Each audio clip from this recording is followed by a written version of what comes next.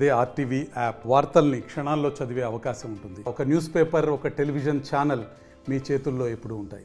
గత ప్రభుత్వంలో మేము 42 రోజులు సమ్మె చేసినాము. సమ్మె కాలంలో టీడీపీ ప్రభుత్వాలు వచ్చినారు మా సమ్మె దగ్గరికి.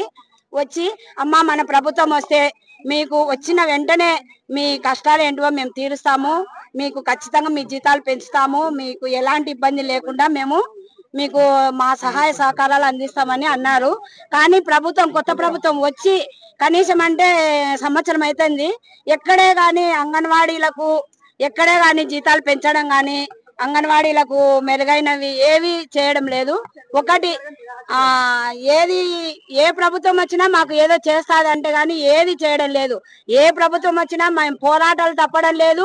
మేము పోరాటాలు చేస్తే తప్ప ఏదే కానీ మాకు ₹1 పెంచడం లేదు. ప్రభుత్వాన్ని ఒకటే కోరుకుంటున్నాము, అంగన్వాడీ టీచర్లకు ఆయాలకు మినీ వర్కర్లను మెయిన్ వర్కర్లుగా చేస్తామన్నారు. కానీ మినీ వాళ్ళకైతే మెయిన్ వర్కర్ల మీద పని ఉంది, కానీ వాళ్ళకైతే జీతాలు తక్కువ. ఎక్కడైనా పోవాలన్నా వాళ్ళకు ఇబ్బందిగానే ఉంది. కాబట్టి వాళ్ళని మెయిన్ వర్కర్లుగా చేస్తామన్నారు. కానీ అది లేదు. జీతాలు పెంచుతామన్నారు. కనీస వేతనం 26,000 కావాలి ఒక కుటుంబం బతకాలంటే. గవర్నమెంట్ ఒకటే చెప్పేది ఏంటంటే మా కష్టం విని మా కనీస వేతనం ఇవ్వాలి, గ్రాడ్యుయేట్ అమలు చేయాలి, పెన్షన్ సౌకర్యం కల్పించాలి. కనీస వేతనము 26,000 సుప్రీంకోర్టే ఇచ్చింది. అది కానీ ఎక్కడ ప్రభుత్వాలు ఎక్కడ పలకడండి. సుప్రీంకోర్టు ఇస్తుంది, న్యాయ సంస్థలు చెప్తున్నాయి, కానీ ఎక్కడ వేసిన గొంగలు అక్కడే ఉంది.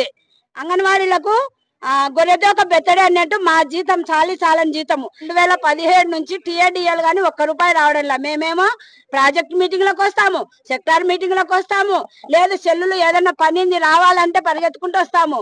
కానీ మా సొంతమే పెట్టుకోవాలా. మాకు వచ్చే 11,500 జీతంలో మేము పిల్లలకు పెట్టుకోవాలా, మా హౌస్ రెంట్లు పెట్టుకోవాలా, గ్యాస్ బిల్లులు పెట్టుకోవాలా, ఛార్జీలు పెట్టుకోవాలా. ఇన్ని దానికి మా కుటుంబాలు కానీ బతకాలి కదా. అందుకనే మేము గవర్నమెంట్ ప్రభుత్వాన్ని ఒక్కటే కోరుకుంటున్నాము, కనీస వేతనం 26,000 ఇవ్వాలి, ప్రభుత్వ ఉద్యోగులుగా గుర్తించాలి, సుప్రీంకోర్టు ప్రకారము గ్రాడ్యుయేట్ అమలు చేయాలి.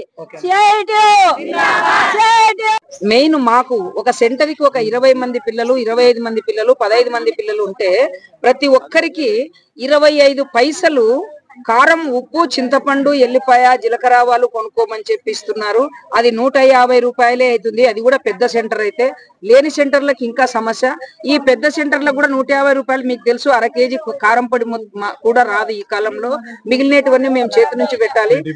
ఆ డిమాండ్స్ అన్ని మెయిన్ కూరగాయల ధరలు పెరగాలి, ఆ కాండోమెంట్స్ ధరలు పెరగాలి.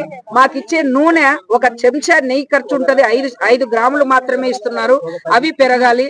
మినీ అంగన్వాడీ సెంటర్ కి ₹7,000 జీతం అంటే ఒక ఆయాకి ఇచ్చే జీతమే. ఆమెకి ఇంకొక ఎవరు సపోర్ట్ ఉండరు.